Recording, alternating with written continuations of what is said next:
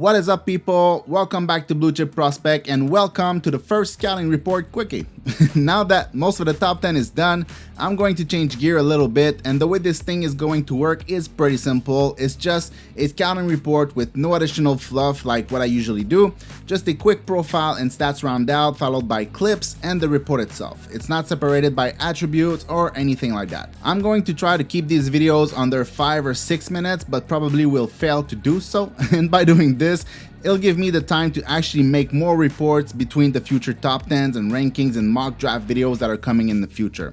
I thought it was a good in-between to actually keep doing some reports without having to spend a week and a half to make them. So with all that said, let's get this started right away. So, Beckett Sennecke is a right shot right winger, sometimes a left winger who stands at 6'2", but I'd say that he's likely to be more around 6'3" since he's taller than all other 6'2" players on his team, and he plays at around 180 pounds, so there's room to grow into that body.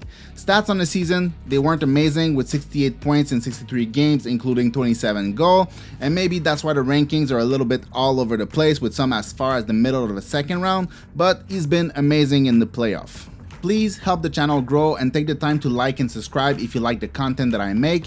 I'll also link my website in the description if you guys want more content like this. Sennecke has the profile of the player who isn't producing at an impressive pace, but plays like he should definitely produce more than what he does. He has a little bit of everything. He has the size at 6'3" and he skates really well for that size. He actually skates really well for any size, which is surprising for a guy that had a giant growth spurt in the last 12 or so months. And it's not just that he skates well, is that he knows how to get the most of his skating. He attacks with pace on the rush and he jumps on the puck to get there first. He's really good at keeping plays alive by sprinting to the puck that's being rimmed out and preventing it from getting offside. He's also extremely good at taking out space and taking out time by forechecking hard and using his speed and his reach to disrupt plays and prevent clean breakouts. Once he gets the puck in the offensive zone, he has some of the best hands in the draft, so he can really be patient with it and doesn't have to get rid of it or try to extend plays by sending the puck into open space hoping for a teammate to get it. He has the quickness and the fluidity in his handling to keep the puck and make plays even in traffic or through contacts. He's a flashy handler that doesn't try to be a flashy handler. He's just really smooth and really quick with his hands, but doesn't really overhandle the puck. Everything has a purpose. He's either trying to roll the puck around coverage to dish passes in the offensive zone, or curl the puck for a hard shot on the net, or try to get to the inside attacking defenders under their stick or between their skates. So now we have a guy that is 6'3" with above average to high-end skating and high-end puck skills. So what's missing? Why isn't he in the top 10? I think the answer to that is consistency. He competes hard enough, especially on the forecheck and the offensive zone, but otherwise it's not a every night thing. He's a good passer and seems to have good vision to go with it, but some nights he forces plays, misses on passes, and doesn't see the ice or read the ice too well. He has a hard shot that he can release quickly and in traffic, but doesn't go to the inside every night, and sometimes tries to score too often on the periphery of the ice. In my opinion, more often than not, he's playing really well, and when he has a night off, he never seems to be off on all of his tools.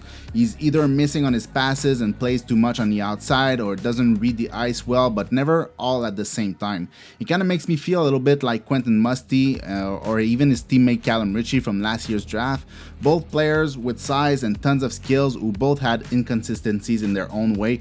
Musty wasn't the same power forward with skills every night, and Ritchie couldn't figure out how to be productive every night, even though all the skills were there for them to do so. And I know that it's a smaller sample size, but right now in the playoffs, he has erased every doubt that I had about the consistency in his game.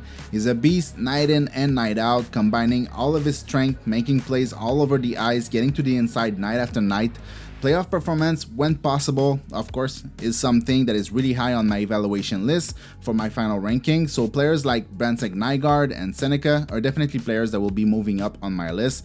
And I had Sennecke at 26 in my midseason ranking, so he will be definitely making one hell of a jump in my final list, because there's just so much to work with him. I mostly talked about his skating, his work rate, and his hands, but the reality is that while he's not the best passer in junior, he's more than adequate and can make some highlight reel passes. He's also really good on his backhand.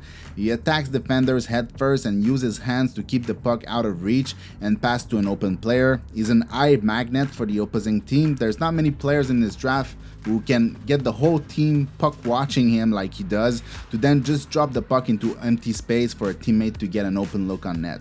It's not that he makes the difficult passes or high-end plays night after night, it's that he opens space for his teammate with the best of them in this draft, and that he can make passes when it's the least expected because he's on his backhand or because he's pinning off pressure and send the pass to a trailing player into open ice. And when he has the puck in the offensive zone, there's always a chance he will just rip a wrister on the net.